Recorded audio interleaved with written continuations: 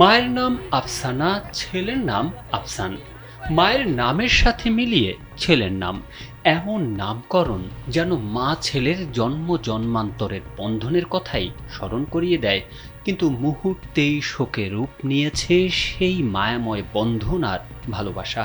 প্রতিদিনের মতো ছোট ছেলে আফসান ওহিকে মাইলস্টোন স্কুল অ্যান্ড কলেজে দিয়ে অভিভাবক কক্ষে অপেক্ষায় ছিলেন আফসানা প্রিয়া। ঠিক এমন সময় F-7 যুদ্ধ বিমান আছড়ে পড়ে শ্রেণীকক্ষগুলোর সামনে।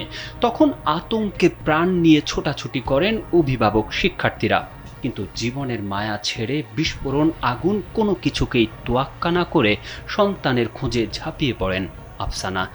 এ ঘটনার কিছুক্ষণ পরেই অক্ষত অবস্থায় উদ্ধার হন আফসান ওহি, কিন্তু তার মায়ের কোনো খোঁজ মেলেনি। আফসানার স্বজনরা মঙ্গলবার দুপুর 2:30টা পর্যন্ত রাজধানীর বিভিন্ন হাসপাতাল, ক্লিনিক ও আশেপাশের এলাকায় খোঁজাখুঁজি করেও তার সন্ধান পাননি। নিখোঁজ আফসানা গাজীপুরের কালিয়াকৈর উপজেলার মেদুয়াশুলাই গ্রামের বাসিন্দা ও ব্যবসায়ী আব্দুল ওহাব মৃধার স্ত্রী। কেউ যদি তার খোঁজ পায় তাহলে কন্ট্রোল রুমে অথবা সংশ্লিষ্টদের সাথে যোগাযোগের অনুরোধ করেছেন আফসানের স্বজনেরা।